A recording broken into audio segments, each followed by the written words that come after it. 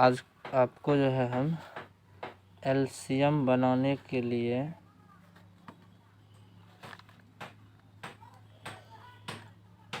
ठीक है कुछ बेसिक्स आपको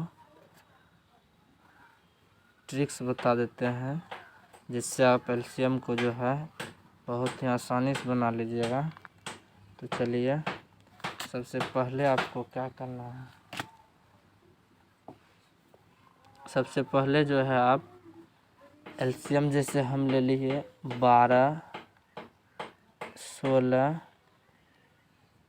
24 सपोज दैट कुछ भी ले सकते हैं, कुछ भी आ सकता है, बुक में रहता है ना एलसीएम। तो जो है कि आपको एलसीएम कैसे बनाना है, तो पहले ये एक डायरेक्टरी जो है इसमें आप देखिए 12 जो है 4 में भी 12 आता है ये 16 4 के पहरा में भी 16 आता है, 24 16 के भी 4 के भी पहरा में आता है। तो ऐसे नहीं 4 से नहीं लगा देना।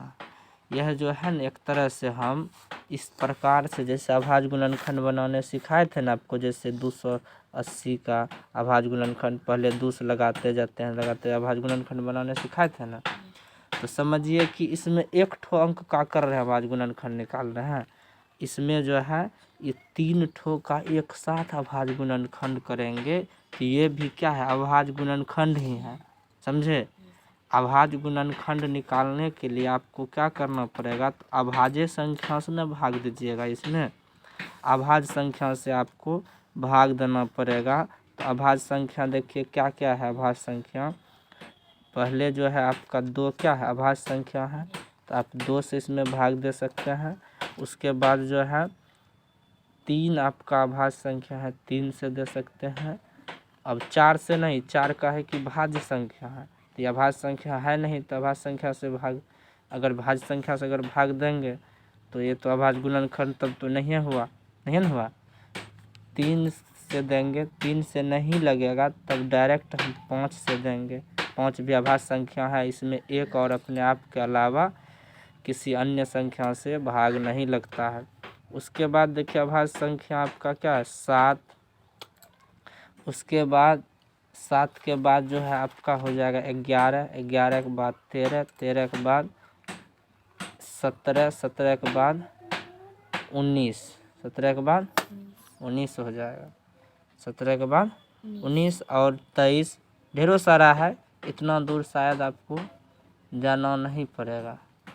तो आप जो है अभी जब तक फ़िलहाल आप पढ़ते हैं ना 3, 4, 5 में जो जिसमें भी हो, इतना दूर तक आपको बस यहीं से काम चलाना पड़ेगा।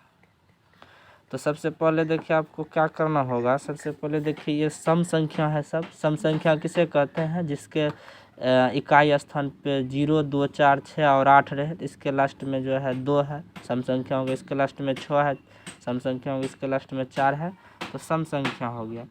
तब सम संख्या है तो इस समय संख्या वाला ये भाज्य से अभाज्य संख्या से लगेगा। इसमें हम 2 से लगाएंगे, 2 से लगाएंगे तो 12 का आधा कितना हो जाए, 2 से किसी भी संख्या में भाग देने का मतलब क्या होता है, उसको हम 2 भाग में बांटना, उसको ना, उसको 2 भाग में बांट दें।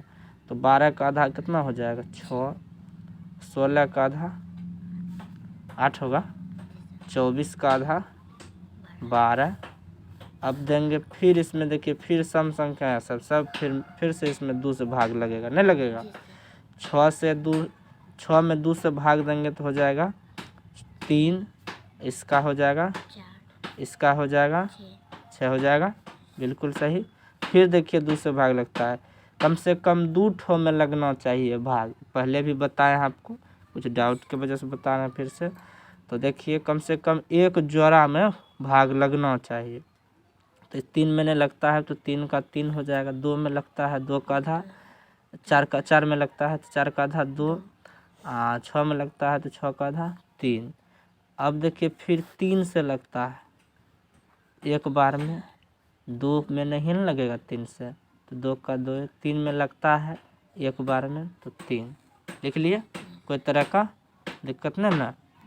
अब देखिए अब जो है सिंगल सिंगल एक बच गया, सिंगल 2 बचा है, तो 2 से सिंगल में तो कभी भी नहीं लगाएंगे जब तक कि एक ठो जोड़ा नहीं रहेगा। तो अब जो है किसी से भाग नहीं लगता है, तो आप क्या कीजिएगा, सबको जिस जिस संख्या से आप भाग किए हैं ना, भाग दिए हैं, तो उसको यहाँ उतार करके इसको गुने करके लिख दीजिएगा। तो 2 देखिए कितना बार आया है, 2 1 2 3, यहाँ जो है लास्ट में 4 बार है 2, तो 2 गुने 2 गुने 2 गुने 2 गुना 3।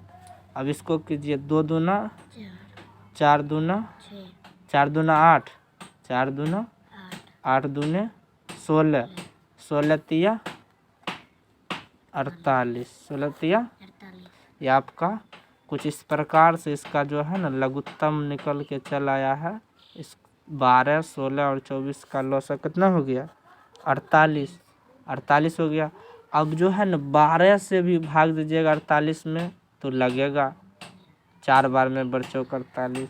अब 16 से भी 48 में भाग दीजिएगा तो लगेगा 3 बार में, 16 तिया 48। अब 24 से भी भाग दीजिएगा 48 में तो लगेगा 2 बार में, 24 दूना 48। तो कुछ इस प्रकार से था। तो आपको समझ में आ गया ना।